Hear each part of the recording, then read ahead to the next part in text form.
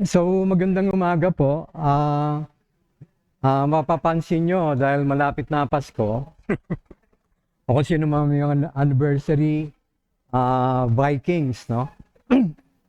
Actually, ang naging ano ko po lang yan, introduction illustration, para bigyan ng diin yung pagkain po ng salita ng Diyos.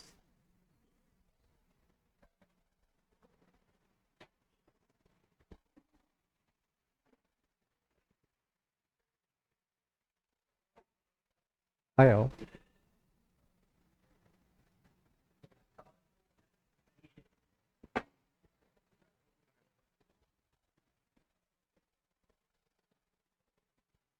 Okay. So, you are what you eat. So, ang topic po natin is learning to live on God's Word. Usapang sistema tungkol sa iba't ibang aspeto ng spiritual feeding. So, may mga katanungan po dito. Are you spiritually malnourished? Meron palang ganon. Are you spiritually malnourished? Pangalawa, are you are you spiritually overfed? Are you under spiritually fed? Are you unbalanced and incompletely spiritually fed? Or do you spiritually feed other believer? So ito pong mga katanungan na to, ito po yung pag-uusapan natin. So 2 Timothy chapter 3 verses 16 to 17. Nilagyan ko po ng pangalan, Back to the Basic. Ang unang impression ko po sa SGCC, halos lahat ng nagsisimba dito maalam eh. Ang gagaling mag-quote ng verse. Alam nila kung saan nahanapin na hindi ko po nakikita previously doon sa ibang simbahan. So, back to the basic po tayo tungkol sa salita ng Diyos. So, ang objective po natin, basically, is to continually know the importance of a balanced spiritual feeding. So, ang emphasis ko po, balancing pagkain ng salita ng Diyos. Kasi pwede bang magkaroon ng unbalance? Pwede po. And the practical usefulness of Scripture in every area of our daily life resulting to obeying God's will. So diyan po iikot yung laman ng discussion based just sa message objective. So ito po yung 2 Timothy 3:16-17. All Scripture is breathed out by God and profitable for teaching, for reproof, for correction, for training and righteousness, that the man of God may be complete, equipped for every good work. Okay, hatiin po natin yung message sa dalawang part, pero hindi ko po bigyan ng emphasis ngayon yung part 2. Ang bibigyan ko lang po ng emphasis yung part 1. So, all Scripture is breathed out by God. Yun po yung part 1. Tapos yung part 2, yung profitability ng Bible. That's part 2. Okay, sabi po ni John Stott, konting background po dun sa Timothy, ito yung nakakulong at that time, at ang magiging problema po ni Timothy at that time is yung maraming false teachers sa loob ng church. At pangalawa, binigyan niya ng warning si Timothy kung ano yung mangyayari, ano yung worst case scenario na mangyayari sa ministry niya. Actually, ito po yung description niya ni Paul kay Timothy. For men will be lovers of themselves, lovers of money, boaster, proud, blasphemer, disobedient to parents, unthankful, unholy, unloving, unforgiving, slanderer, without self-control, brutal, despiser of good, traitors, headstrong, haughty, lovers of pleasures rather than lovers of God, having a form of godliness, but denying its power, and from such people turn away, sabi ni Paul kay Timothy. Actually, may Trinity dyan. Yung ami, ko, I, ako, myself, ako. So yung warning ni Paul kay Timothy, lahat ng makikita mong worst case scenario, umiikot lahat sa ako. O sarili ko. So ang challenge ngayon, how you will respond in the last days, Timothy. So ganun din pa magiging tanong sa atin. Kung yun ang scenario, paano tayo mag-response? Okay?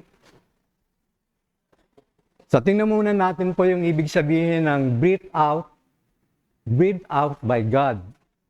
So ang unang punto po natin, mas importante muna na bigyan natin ng din yung existence ng God bago yung Word of God. Bakit po? Bakit dapat mauna yung existence ng God bago yung yung Word of God?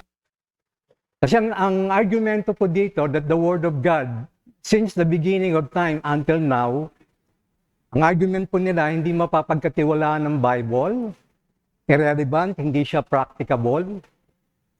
Pero ang problema is not really on the Word of God, but more on the existence and character of God. So ang issue hindi yung Word of God. Ang issue na nagbibigay po ng mga ganyang comment, kung naniniwala sila doon sa kung may Diyos o meron. Kasi kung naniniwala kung ang Diyos ay nag-exist, hindi problem yung Word of God. Susunod na lang yon. Pero kung hindi ka naniniwala, magiging problema mo ngang maniwala ka doon sa Word of God. Okay? When we question the Word of God in a dishonest manner, we are really questioning Him. So hindi talaga yung Bible ang kinu-question mo, ang kinu-question mo si God. Okay. So yun po yung unang point, no? Bago natin ma-appreciate na maging batayan ng Bible for spiritual feeding, dapat malinaw sa atin na nag-i-exist ang Diyos. Ano po ibig sabihin ng breathed out by God? No? Kumuha lang ako ng sample, basta ang sabi po ni John MacArthur, Scripture is the very breath of God. Of course, yung Tagalog ng breath, ibig sabihin niya yung paghinga. No? Ang iba pong ginagamit na term is inspiration. Why inspired of God is critically important? Bakit po importante ang inspiration? Unang-una, authorship. Dapat klaro na yung pinaniniwala mong bagay, kanino nagsimula? Sino ang sumulat? Pangalawa, yung bang batayan mo o yung pinagkukunan mo ng source information, may authority ba yan? Hindi siya legit. No, hindi siya accepted ng lahat. Baka ikaw lang ang nagkiklaim na kaya ko siya pininiwalaan kasi gusto ko lang siya paniwalaan. Pangatlo, legitimacy. Pag sinabi mong legitimacy, legitimate, may karapatan na yung hinahawakan mong batayan o source of information, may karapatan siyang magbigay ng paturuan, guide, or anything. Integrity. Kung walang integrity, authorship, authority, tsaka legitimacy, dapat hindi pinagkakatiwalaan yung dokumentong hinahawakan mo at pinaniniwalaan mo. Reliability, ang ibig sabihin po ng reliable, mapapagkatiwalaan. Integrity, at tsaka reliable. Alam niyo po, yung concept na inspiration, sa perspective ng salita ng Diyos, ganun din po yan sa panahon natin. Di ba pag nagbubukas tayo ng mga social media at meron kang nabasang impormasyon, ang unang papasok sa isipan mo, ito bang impormasyon na binabasa ko, legitimate ba to? Pangalawa, sino nag-post? Pangatlo, reliable ba siya? May integrity ba siya? So ibig sabihin po, yung inspiration, yung concept ng inspiration, pumapasok siya sa ganong perspective o sa ganong principle. Very importante po yung inspiration ng God. Kasi pwedeng ganito. Pwedeng nag-i-exist yung God, may word of God ka, pero ang tingin mo doon sa word of God, hindi siya inspired. O pwede rin ganito. Yung Old Testament, yan lang yung in-inspired ng God, pero yung New Testament, hindi. So, ibig sabihin, yung Old at New Testament, pareha siyang inspired. Yun po yung reason kung bakit very important yung concept ng inspiration. Why all scripture are inspired by God? Yung isa, ito po, iba naman ang question dito. Bakit lahat ng scripture from Old Testament to New Testament are inspired by God? Una pong punto rito, complete revelation.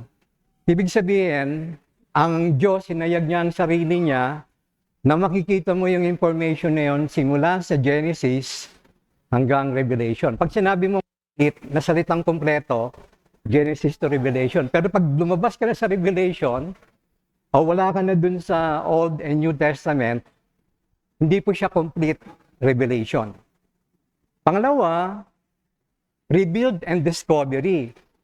Sa science po, kapag merong na-discover, sasabihin mo, na-discover ko to. So, yung mga nakakita sa'yo, sasabihin nila, si Manny, naka-discover na ganito, siya yung nag-invento. No? Maraming innovative ways kung paano mo nare-research ang isang bagay. Sa Bible po, hindi nyo pwedeng gamitin nyo. Kasi sa Bible, pag sinabing revealed, bago mo palang lapitan yung Bible, nandun na yon. Lahat ng mga information na makikita mo, nandun na, nahayag na. Ang ginagawa lang po ng science tsaka research, kapag pumunta na siya dun sa environment na kinagagalawan niya, akala niya, ang mindset niya, siya yung nakadiscover. Pero actually, yung nakita mo, nauna ang Bible tungkol dun sa bagay na inaalam mo. Yun po yung ibig sabihin ng revealed, tsaka complete. Pag sinabi niyo pong canonicity, nung panahon po na yon, hindi po lahat ng information kasi nagkalat ng maraming spiritual information kagaya ng Bible, tapos meron tayong Book of Apocrypha, no? Halo-halo. Ang ginawa po ng canonicity, sinort out niya, ano dito sa mga Bible na ano dito sa mga information na to ang magpapagkatiwalaan, reliable, may integridad, authorship, at saka totoo. So lumabas po, 66 books bang. Yung 66 na books, yun yung resulta ng canonicity. So ibig sabihin, Genesis to Revelation, yan po yung approved nating salita ng Diyos. Okay? So, reviewin lang po natin. So nakita natin yung pagkakaiba ng yung unang argumento na kaya yung iba hindi naniniwala sa Bible kasi hindi sila talaga naniniwala sa Diyos. Kapag naniniwala ka sa Diyos, hindi dapat naging problema na maniniwala ka sa Bible. Pangalawang punto, importante ang inspiration kasi para maging credible, may integrity, mapapagkatiwalaan yung source ng information natin. Okay, ang sabi po dito, all scripture. So nakalagay po rito, dapat all at hindi sana all. Ito pong larawan na to, pinapakita niya lang po na ang scripture para siyang foundation, no? Nakalimutan ko saan building to eh. Pero yung taas at bigat ng building, tataob yan kapag ang foundation niya hindi matatag. At pag sinabi po nating foundation, ang ibig sabihin natin noon, ang Bible, salita ng Diyos, inspired siya, mapapagkatiwalaan siya. Yun po yung ibig sabihin natin sa punto na yan. Okay. Punta po tayo dun sa spiritual na pagkain. Kaya po natin inuna yung mga bagay na yun kasi ang hirap pakainin ang ating isipan kung yung pinagmumulan o yung pinagbabatayan ng ating kaisipan para kumain tayo spiritually, kapag hindi siya reliable at walang integrity, mahirap na maging batayan yon. Okay? Ito po yung mga klase ng spiritual feeding outcome. Unang-una, overfed. Paniwanan ko mamaya, underfed. Unbalanced ang feeding niya, misaligned. Ngayong question, paano nyo malalaman kung overfed kayo o underfed kayo o unbalanced yung feeding nyo sa Word of God? Ito po yung sample ng overfed. Medyo malaki na yung ulo, maliit na yung katawan, hindi na siya makagalaw, no? So, knowledge, sabi po sa 1 Corinthians 8:1-2, now concerning food offered in idols, we know that all of us possess knowledge. So, this knowledge pops up, but love builds up. So, ganyan po ang itsura kapag marami kang masyadong nalalaman, no? Hindi ka na makagalaw. Siguro, kung titingnan natin, ano ba context niyan? Siguro marami kang alam sa doctrine. No? Punong-puno ng doctrine, pero malayo ang puso mo kung paano siya gagamitin practically. Marami kang alam, pero hindi ka yung kaalaman na meron ka, hindi nakakatulong sa kapatid mo. No? Kasi ang purpose ng knowledge, mag-edify sa bawat isa. Ewan ko kung nakaka-relate kayo, kung overfed kayo. Malawa, ito naman po yung unbalance. Pag sinabi mong unbalance, ang visualization natin ng unbalance, parang isang malakas na hangin, tsaka alon. Kung doctrine ng pag-uusapan mo, hindi ka stable kung ano yung paniniwalaan mo. Kapag may dumarating na problem sa buhay, ano ba paniniwalaan ko? Naguguluhan ka sa doctrine. So, ang sabi dito, so that we may no longer be children, tossed to and fro by the waves and carried about by every wind of doctrine, by human cunning, by craftiness and deceitful schemes. Uulitin ko, ang ibig sabihin po ng unbalance, sumusobra ka sa isang bagay, nagkukulang ka naman sa isang bagay. Okay? Pangatlo, underfed. Ang underfed naman, pwede nating i-visualize na ganyan, no? Malnourished siya. Pwede bang mangyari yung umaattend ka ng simbahan, underfed ka? Pwede ba mangyari yun? Sabi po dito, therefore laying aside all malice, all deceit, hypocrisy, envy, and all evil speaking as newborn babes, desire the pure milk of the word that you may grow thereby. Ang ibig sabihin ng underfed, kung nasa loob ka ng simbahan, ang tagal-tagal mo ng palataya, gatas ka pa rin. No? Hindi ka kumakain ng karne. No? Ito naman yung misaligned spiritual feeding. Ang example po ng misaligned, kung meron kang mga kumakain, Sunday school, young pro, women fellowship, men's fellowship, o high school and children, pag tinignan nyo yung feeding system nila, merong party na over, meron namang iba, under, iba naman, incomplete. Sample lang po yan. Kasi hindi ko alam ang statistics o yung profile. Sino yung underfed dito? Sino yung overfed dyan? Hindi ko alam. Pero pinapakita ko lang sa inyo na pwedeng matagal na kayo sa loob ng simbahan, pero ang spiritual feeding natin, ganyan ang itsura. Whole counsel of God.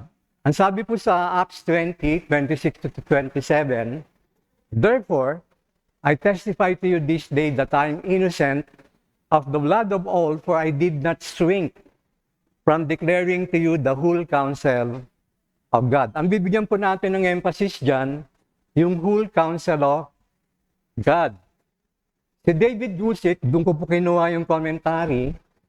Ang sabi po dito, ang comment niya doon sa verse na yon, taking Paul's testimony at full strength, we must say that those preachers who deliberately failed to declare, saan sila nag-fail? Yung whole counsel of God are guilty of the blood of all men, The preacher who preach what his audience wants to hear. Yun, pwedeng problem sa whole counsel of God. And not the whole of counsel of God hurts both his audience and himself. Ano po, kasi ang sabi po doon, whole counsel of God. Ano ibig sabihin ng salitang counsel? Ang ibig po sabihin ng counsel, to give advice, especially that given formally. So kung formally siya, ang dating niya scripture. Something that provides direction or advice as to a decision or course of action. Kaya pag tinranslate mo yung whole counsel of God, parang ang pag tinranslate mo, whole advice, direction of God. Okay? Malinaw po sa inyo yung whole counsel of God. Kinuha ko po ito sa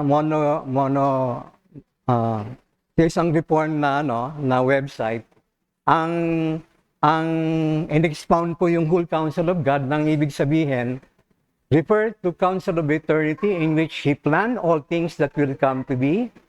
God knows the end from the beginning and He knows what He intends to accomplish, which He has revealed in the Scripture. Kung ipaparaphrase ko, lahat po daw ng isip ng Diyos, lahat ng pinlano niya na nakasulat sa lumang tipan at bagong tipan, lahat po yun hinayag. Revealed. Ibig sabihin, wala siyang tinago. Ipinakita niya lahat yung bagay na yon. Ang magiging problema lang sa mananampalataya, lahat ba nung hiniyag ay nakikita natin? Yun yung problema na may overfed, underfed, malnourished, or incomplete feeding. So, whole counsel of God is every God's word. Sabi po sa Matthew 44, every word that comes from the mouth of God. So, pag sinabi mong every word from Genesis to Revelation, hindi mo siya pwedeng tignan na piraso-piraso. Pag pumunta ako ng simbahan, ito lang gusto kong pag-aralan. Ito, ayoko to. No? Pag pumunta tayo ng simbahan, yung whole counsel of God from Old Testament to New Testament, dapat lahat yan pag-aaralan. Hindi pwede yung titikim lang ako kung ano yung gusto ko. At kapag hindi ko na gusto, hindi na ako so, hindi po ganon. Hindi siya naka-compartmentalize, hindi siya not isolated or independent, na walang kinalaman yung katuruan sa New Testament, sa Old Testament, o vice versa. So, not disconnected. Point 2, ang whole counsel of God po nagbibigay ng spiritual information, whole structure and content platform. Ang ibig lang po sabihin yan, lahat ng pwede mong malaman sa Bible, nakaayos, may sistema siya. No? Ang ginagawa po ng theology sa atin, lahat ng nakakalat na impormasyon na nakalagay sa mga verses, inaayos niya. Na sa pagkakaayos niya, ang tawag niya po doon, covenant theology. Okay? Kaya mapapansin nyo, ang covenant theology, kalat-kalat yung mga verses na cross-reference. So, ibig sabihin po, yun yung isang paraan ng pagpapaayos ng whole counsel of God. Okay? Point 3 po, ang whole counsel of God, pwede natin maging batayan sa feeding system or spiritual menu and well-balanced diet. Okay? Pinakita ko yung yung Vikings. Kasi pumunta ka ng Vikings, all you can, lahat gusto mong tikman eh. Mabubusog ka kaagad. Kapag kinuha mo lang yung isang party na yun, dapat titikim ka, tikim-tikim, hanggang matikman mo lahat. So kapag tingnan mo yung perspective ng whole counsel of God, pag sinabi kong tikim, lahat pinapag-aralan mo. No? Ine-expound, pinapag-aralan. Okay.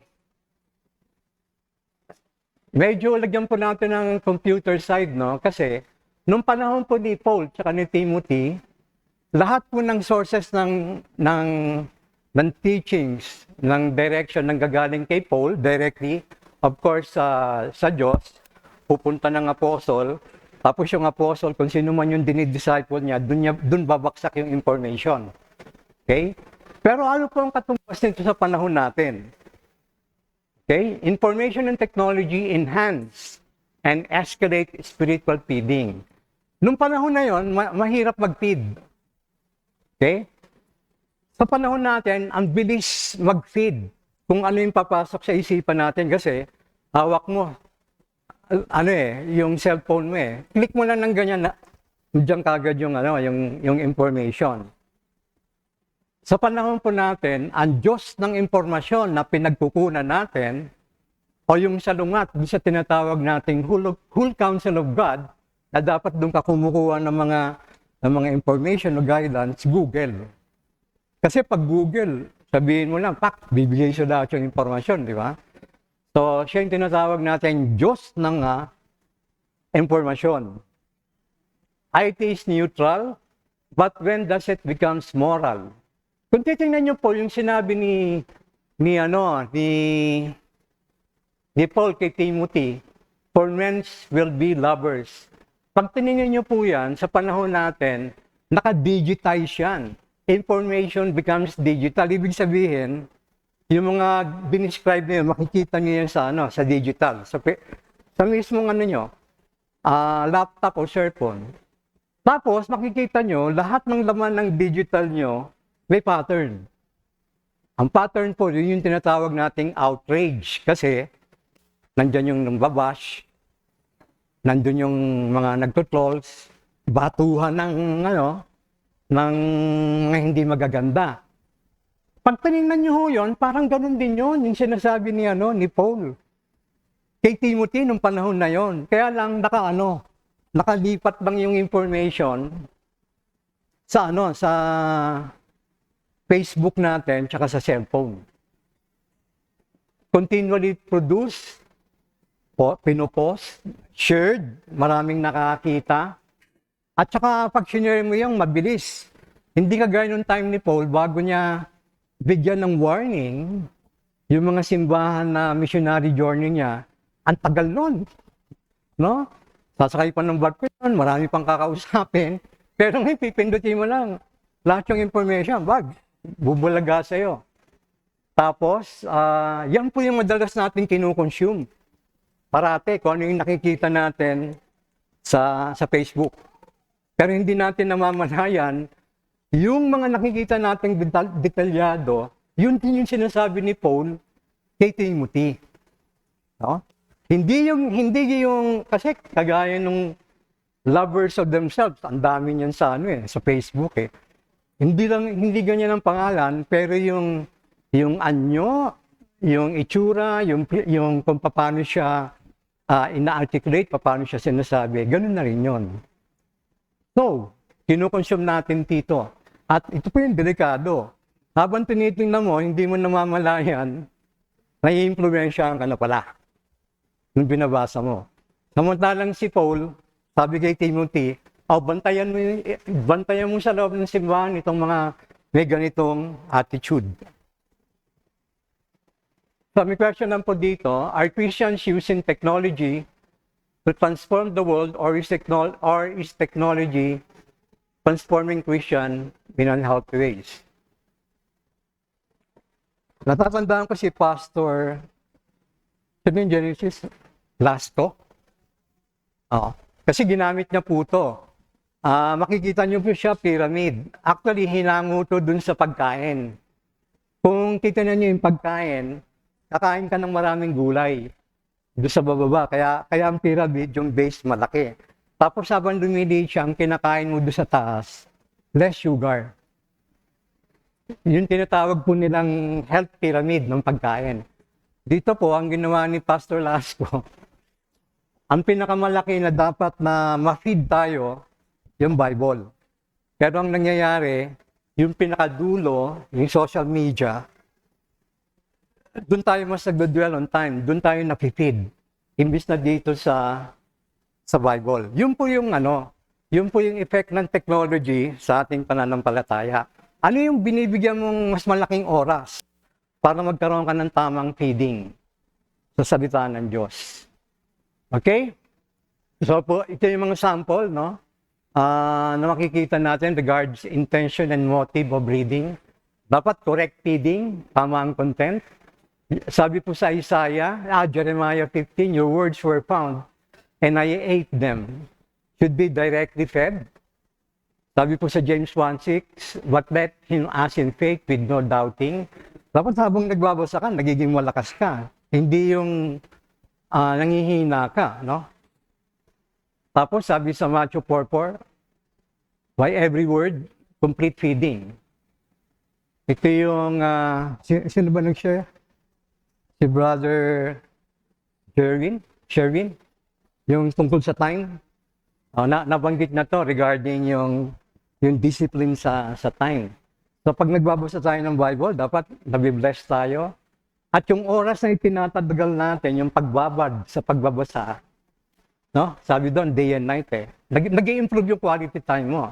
Nagsimula ka sa 5 minutes, naging 10 minutes, 15 minutes, 20 minutes, naging 30 minutes.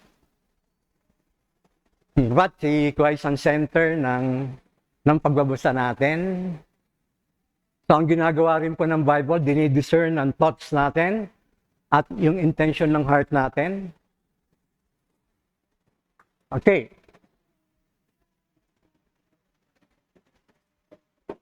Ito po yung laman ng whole counsel of God. Unang-una, ang laman po ng impormasyon ng Word of God, yung source of information, Scripture. Ang coverage ng Old and New Testament. Yung laman po ng impormasyon ng whole counsel of God, which is the Bible, nakaklasify po yan as general revelation, special revelation, at saka systematic theology. Ang reason lang po, kaya siya inaayos na ganyan, parang pumunta ho kayo ng mall, na hindi nyo alam yung tindahan, tapos bibiglang merong isang malaking mapa. Doon pala yun. Dito pala yung malapit lang pala. Parang ganun po ang gamit niyan. So malalaman nyo, general revelation pala yun. Yung pala special revelation pala yun. Okay? Tapos may mga categories. Ang Bible po, may themes, doctrines, teachings, may ibang subject, kagaya ng creation, salvation, justification, etc. Yan po yung laman ng whole counsel of God. Okay? At ito po yung details ng lawak na kung paano natin ginagamit ang salita ng Diyos. Tungkol sa pag-aasawa, pamilya, pagpapalaki ng magulang, gobyerno, pera, tungkol sa trabaho, arts, music, business, environment, culture, body, good works, time management. Ang dawak ng nung kinasasaklawan o yung laman po ng whole counsel of God. Lahat may katuruan yan. Okay? Ryle, humingi po ako ng quotation kay Ryle, no?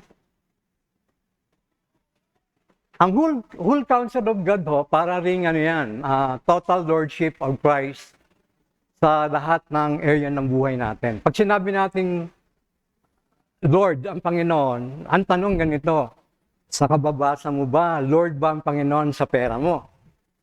Lord, si Christ ba ang Lord sa business mo? Lahat ng makikita niyong kinagagalawan natin sa buhay, siya ba yung Panginoon? Okay? Yun po yung isa sa mga ibig sabihin ng whole counsel of God. Yan po yung yung detalyado. Anyway, ito po yung problem ng unscriptural balanced diet. Napapakain ka ng salita ng Diyos, pero New Testament ka lang. Kaya ang tawag sa feeding mo, New Testament Christian ka lang. Hindi nyo nakikita yung buong whole counsel of God. Fed only on Old Testament teaching, hindi ko concerned ng New Testament, ang concern ko lang Old Testament. So ganyan po yung pinag-uusapan natin, no? Dapat ang well-balanced spiritual food na kinakain natin, Genesis to Revelation. Okay, may tinatawag pong double role ang bawat mananampalataya. Pinapakain tayo ng iba at nagpapakain din tayo ng iba. Fed by others and feeding others. Okay, methods ng spiritual feeding. Nagbabasa ka, nakikinig ka, nagpipreach ka, nagtiteach ka, nagka-quiet time ka, yung buong lifestyle mo. Ito po yung methods. No? Saan kayo mas comfortable? Hearing or reading? Diba? Pag malabo na mata mo, makikinig na lang ako. Diba? So ito po yung mga methods, no? Okay. Tingnan po natin yung supply chain. Ang ibig sabihin po ng supply chain, sa makikita ninyo, nagbigay po ako ng example yung itlog. Saan nagsisimula ang itlog? Sa farm, i-deliver, i-distribute, pupunta ng supermarket, pupunta ng bahay, kakainin natin. Kaya po siya tinawag ng supply chain kasi ang chain dyan, di ba ang chain kadena? Poultry, sumunod, delivery, isang chain yon. Delivery to retail, pangalawang chain yon. Retail to supermarket, pang-apat na chain yon hanggang dumating sa inyo. Ang concept po ng chain is meron pinagmumulan yung start at saan siya nagtatapos. Paano nyo po gagamitin po sa spiritual perspective pag kumakain tayo ng salita ng Diyos? Paano? Okay. Kung titingnan nyo po yung supply chain sa spiritual perspective, ganito po yan. Word of God, yan po yung source of information natin. Kung sa poultry, yan yung poultry farm, no? Pinagmumulan lahat. Susunod, kung sino man yung ginamit ng Diyos, maaaring ikaw o ako, men and women of God. Tapos lahat ng information na nakuha nila sa Word of God, na idilipat yung information sa libro. Okay, libro. Kaya pag nagbasa kayo ng mga book, sinong manunulat nito? Andun lahat yung information na nakita niya. Tapos papasok po ng seminary, no? Papasok ng conference, social media, tsaka simbahan. Ganun po yung daloy ng mga impormasyon simula sa Word of God papunta sa atin. Hindi po siya dumidiretso. Marami po siyang pinagdadaanan. Okay? Kung kagaya po ni Pastor George, Word of God, men and women, books, pumasok si Pastor George ng seminary. Lahat ng natutunan niya sa seminary, i-share niya sa loob ng simbahan. At pagdating doon sa simbahan, nakaupo tayo, umatin tayo ng Sunday school, tayo yung nakifeed. Gets nyo? Yung principle ng supply chain. Bakit importante po ang supply chain? Kasi hindi po lahat ng impormasyon na kinakain ng isip natin, legit. Sabi nga ho natin dun sa unang pag sinabi mong breathe out, inspired by God, kaya siya may inspiration kasi dapat yung source ng information, reliable, di ba? May integrity, trustworthy, yung mga information na yun. Dapat po, ang ideal, ito yung Word of God, diretso sa akin. So, ibig sabihin, para hindi ka ma-overfed, underfed, hawak mo yung Bible mismo. Wala kang mga nasa gitna. Direct ka doon sa Word of God. No? Diretso ka doon sa Word of God. Kasi kapag ang chain lumalayo, maraming pinagdadaanan ng impormasyon, minsan, nagiging dependent tayo doon sa chain. Doon sa nagbibigay ng impormasyon. Nadi-disconnect na tayo doon sa mismong pinaka-importanting source ng information, which is the Word of God. Kaya yun po yung paliwanag kung bakit ang personal na pagbabasa ng Biblia, very important. Dapat nagbabasa tayo ng hindi, makikinig na lang ako kay PJ. Hindi, makikinig na lang ako sa Sunday school. Okay yun, kaya lang yung chain mo, lumalaki. Marami siyang pinagdadaanan. Ang pinakamaganda po, direct ka sa Bible. Kung sa itlog, kung gusto mo makamura, kung may quality ka ng itlog, diretso ka sa farm. Hindi mo na dadaanan yung distributor kaya supermarket.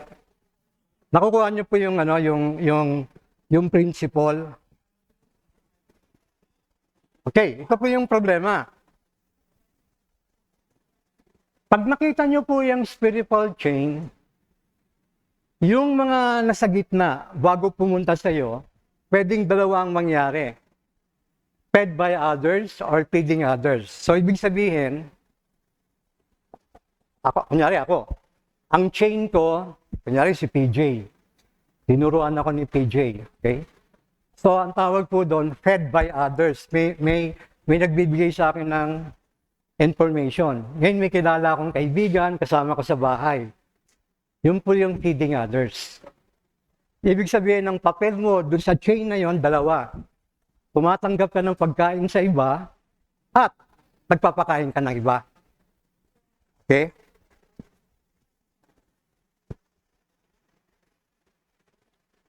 So, meron pong tinatawag na mindset pag kumakain tayo. Meron tayong tinatawag na restaurant mindset. Meron tayong tinatawag na fast food mindset. Tsaka may tinatawag tayong quiet time. Okay? Pag sinabi nyo pong restaurant, isipin nyo lang na kapag pumunta kayo ng restaurant, lahat ng gusto nyo kainin, naka-menu. Tatanungin mo na lang, ano bestseller? Ihahanda sa'yo yung yung gusto mong lutuin. Pero sa spiritual perspective, kapag ang pinag-usapan natin, kumakain tayo spiritually, don't replace supplementary books for the Bible. Ang pinaka-main course mo, di ba may side dish, tsaka main course. Ang side dish, pwedeng mani, pwedeng maliliit na offering. Ang main course mo, yun talagang in-order mo. Yung main course mo, yun yung Word of God. Yung side dish mo, yung tinatawag mong side dish, yan yung mga reference material mo dun sa chain. Pwedeng pastor, pwedeng books, o pwedeng ibang references. Yan po yung restaurant mindset. Ang disadvantage niyan, kapag nagmamadali ka, ayaw mo nang mag-isip, kain na lang tayo sa restaurant. Ibig sabihin, spiritually, mag-pick up ka na lang ng mga topics na ready-made. Pero yung personal validation mo, wala. Yung pinakain lang sa'yo, yun lang ang titingnan mo, pero wala kang validation. Ha? Ang fast food mindset naman po, mabilis ang presentation ng pagkain. Di ba? Mabilis yung ang problema po rito sa fast food mindset, ang information na nakukuha nyo, oversimplified. Hindi siya expounded. No? Walang mga paliwanag. Maliit lang yung mga information. Hindi mo malasahan yung spiritual na bagay. Dahil oversimplified po. Ito yung danger sa fast food mindset. Kapag nagpe-prepare ka ng message, nagpe-prepare ka ng anumang bagay na ipapakain mo sa iba, ang danger niyan, AI. Gusto kong mag-share. Gusto kong So, ang gagawin ko, pipindutin ko yung AI. Ang bilis, papakita sa iyo lahat yung iba-ibang parts ng spiritual topic, no? Hindi naman problema yun. Kaya lang ang problema doon, nawawala yung quality time na mag-aaral ka personally. No? Yung involvement mo. Personal quiet time mindset po ang pinopropose ko sa inyo. Para parati kayo nagbabasa ng salita ng Diyos. No? Secondary yung mga books, conference. Bible muna. Bible muna ang importanteng malaman natin. Kasi kapag grounded ka sa Bible at maraming mga secondary information, may kakayahan ka para malaman mo kung tama o mali. Kasi alam mo yung Bible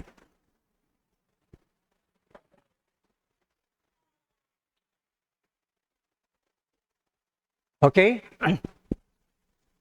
May illustration po ako. Meron mo ba tinatawag na lousy sandwich tsaka well done sandwich? Ito po sa perspective to na may natanggap kang pagkain ng salita ng Diyos sa kapatid natin o sa ibang tao. Tapos ikaw ngayon mag-share nung natanggap mo. Pwedeng ang paghahanda mo ng pagkain na spiritual, pwedeng lousy o pwedeng well done. Pag sinabi nyo pong lousy, parang ganon. Ibig sabihin ng lousy dito, wala kang matinding pag-aaral na ginawa. Wala kang oras na ibinigay talaga para maintindihan mo ang salita ng Diyos. No? Kopya-kopya, copy-paste. Tapos tayo ka sa harapan, deliver. Lousy. No? Pero pag sinabi mong well thought and done, pinag-aralan mo maigi, nagsaliksik ka, talagang hinimay mo, nag-aaral ka. Kasi karamihan talaga, pag nagpe-prepare ka ng salita ng Diyos, pumapasok yung tukso na tinatamad ka, kasi masyadong matabaho. Di ba pag nagluluto po kayo, matrabaho, kaya order na lang tayo sa fast food o kaya sa restaurant para mabilis. Dapat ganito pa ang attitude natin, beriyan.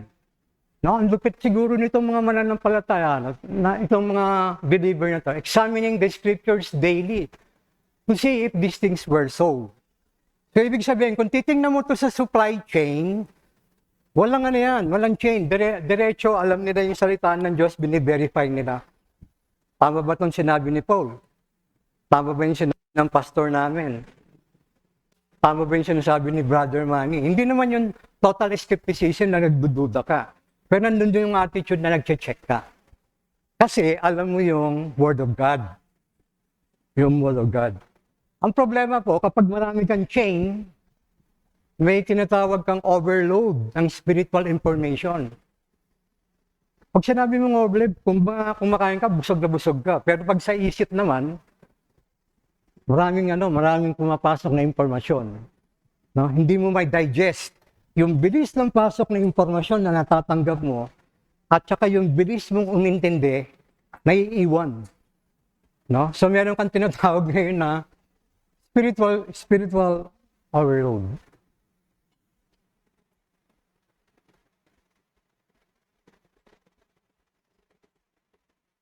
Sabi po ni R.C. Sproul, we feel in our duty to study God's Word, not so much because it is difficult to understand. Oh, si PJ na lang yan kasi nag-aral sa seminary. No? Yung iba sa atin, equip kung paano magpaliwanag. Pero ang sabi niya po, not so much because it is dull and boring, but because it is work. Parang nagtatrabaho ka. Our problem is not lack of intelligence or lack of passion. Our problem is that we are lazy. Tamad tayong mag-aral. Tamad tayong mag-aral sa salita ng Diyos. Okay, pag hinahawakan natin ang salita ng Diyos, dapat may discipline tayo. Ito yung share ni Brother Josiah na yung Christian daw parang marathon. No, may kailangan mo ng discipline. So, pag nagpe-prepare ka ng salita ng Diyos, may discipline na kailangan. Hindi yung, pwede na. Ay, ang makikinig lang naman, mga bata eh. Di ba? Rightly handling the word of truth. Tama ba yung kung paano mo iginalang o nagbigay ka ng oras doon sa salita ng Diyos. Okay? Why there is a lousy and dull preaching, teaching Bible study, or personal shaming, or anything we communicate about it? Bakit dull? No? Bakit lousy? Ang sabi po ni Charles, a desire to preach. Nilagyan ko lang ng italics kasi ang ibig sabihin ng preach, katumbas din na yung principle na nagtuturo ka, nagkokonda ka ng Bible study, o nag-share ka. Without a burden to study is a desire to perform. Okay, sabi po ni Tim Keller, kapag nagpe-prepare ka ng pagkain ng Diyos, sabi niya, it is not enough to just harvest the wheat. Ibig niya sabihin yung wheat, kumuha ka ng ibang verses sa Bible. No? It must be prepared in some edible form, or it cannot nourish and delight. Sound preaching arises out of two loves, love of the Word of God and love of people. Ibig sabihin, nagsasalita ka na yung hininda mo parang hilaw. Hindi ma-digest, hindi maintindihan ng nakikinig. Ang sinasabi niya dyan ay pag-aralan. Pag-aralan, maigi na naiintindihan ka. Sabi po ni Spurgeon, pleasantly profitable, let all our sermons be. Sabi niya, no reason exists why the preaching of the gospel should be a miserable operation. Parang sinasabi niya, pag nagpipreach ka, dapat hindi dull, hindi siya miserable. Walang nakikinig, no? Kung sa pelikula, nilalangaw. Hindi siya box office hit, no? Sabi niya rito, a house must not have a thick walls. Ganun niya dinidescribe. Para bang, pag nagsalita ka, makakapal yung pader, no? Pero wala siyang opening. Wala siyang pasukan ng hangin. Or must a discourse be all made up of solid slabs of doctrine without a window of comparison. Sabi ni Spurgeon, kapag ganito ang attitude sa pagpe-prepare mo, yung makikinig daw will gradually forsake us. Prepare to stay sa bahay na lang ako and read their favorite authors whose lively clothes and vivid image offered more pleasure to the mind. Okay? So, ibig sabihin talagang dapat pag-aaralan mo yung salita ng Diyos. Hindi lousy.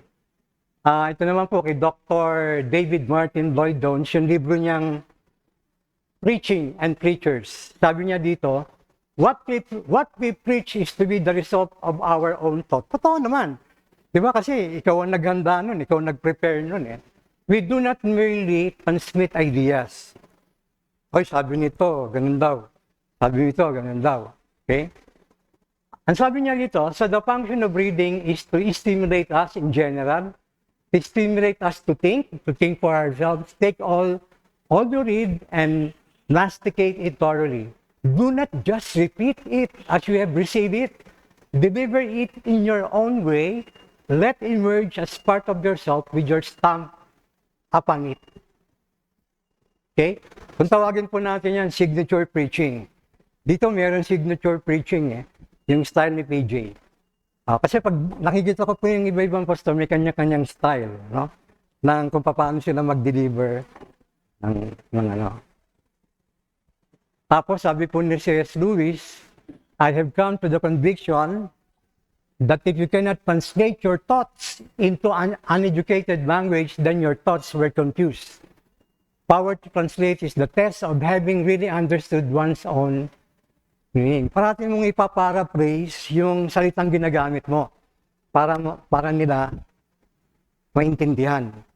Ito pong mga slides na to para to doon sa mga missionary sa'yo, tapos naghahanda ka ng something na ipapakain mo sa ibang mananampalataya.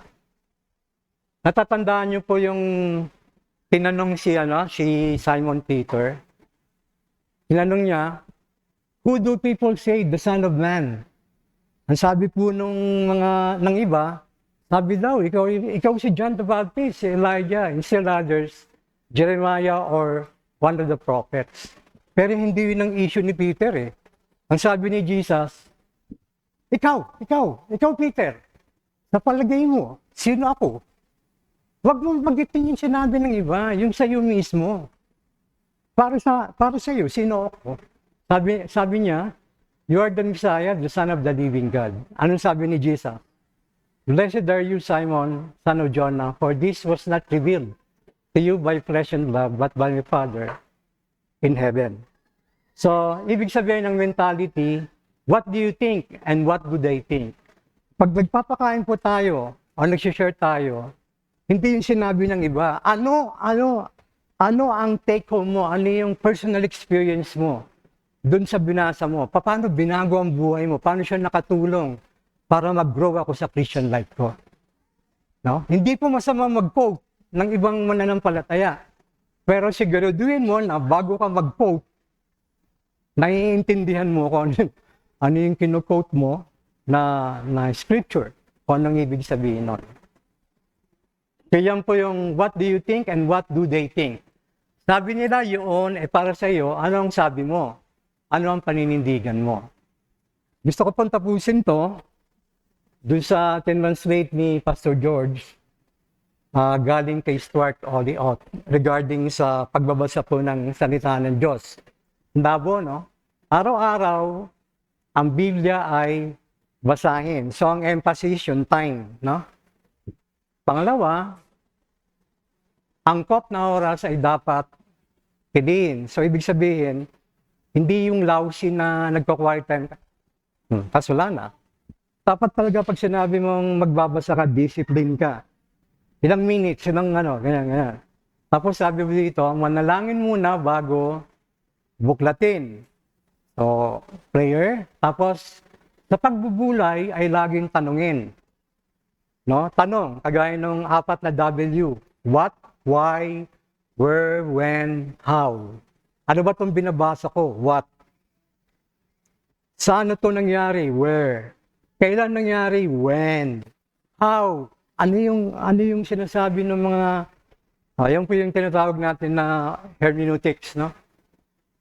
Tapos, ano ang itinuturo para sa akin? So, hindi ka nagbabasa para dumami ang alam mo, para kapag nakapag-debate ka, feeling ko, hindi nyo ako kayang talunin. Marami yata akong alam. Nagbabasa ka dahil, no, para makilala natin ang Panginoong Yesus at maging daluyan tayo ng pagpapala sa iba. Kasi pag puno ka ng sarili mo, ang hirap makarelate sa ibang tao. Okay? Tapos sabi doon, sa pagtatapos ay manalangin bago humayo at gawin ang tungkulin. Summarize ko lang po, pinag-usapan natin, sa sistema po ng pagkain ng salita ng Diyos, nakita natin ang argumento talaga hindi dahil, ang dahilan talaga kung bakit hindi sila naniniwala ng Biblia ay salita ng Diyos sapagkat hindi sila naniniwala sa Diyos. Pangalawa, pinakita po natin, breathed out by God, yung importance ng inspiration. Kasi mahirap tayong bumatay ng isang kaalaman na hindi tayo sigurado kung legitimate, sinong authorship, reliable ba yung informasyon. Lastly, napag-aralan po natin na kapag gusto nating well-fed spiritually, kompleto at balanse ang ating kinakain, salita ng Diyos, dapat full counsel of God. No? Hindi ka pwedeng mamili, ito lang ang gusto ko. Full counsel of God. Salamat po.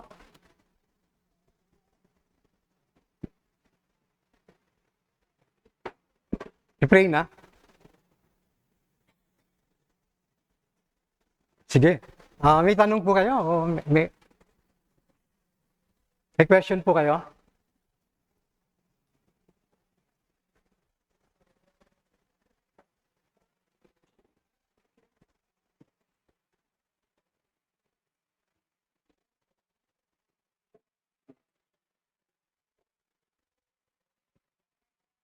Wala na po. Sige. Pwede na po tayo mag-pray. Panginoon, marami pong salamat. Maraming salamat kasi yung salita po ninyo ay napapagkatiwalaan. Kumpleto yung hinayag ang inyong kabuuan, kung ano ang plano nyo sa lahat ng bagay, kasama po yung aming personal na mga pamumuhay. Salamat po nang ang salita ninyo ay meron kaming kalayaan na ito po ay napapag-aralan namin sa aming bayan at hindi po siya binaban. At salamat din po, tulungan niyo po kami, Panginoon, kung paano mag-aral sa inyo ng salita na may paggalang, na nag-aaral kami maigi sapagkat dalawa po ang nagiging kalagayan ng aming katayuan sa pagpapakain ng spiritual na bagay. Yung pagpapakain sa amin ng iba naming kapatid at yung sinishare po namin mga bagay sa iba pong mga mananampalataya. Salamat po, Panginoon. Ito po ang aming dalangin sa pangalan ni Jesus. Amen.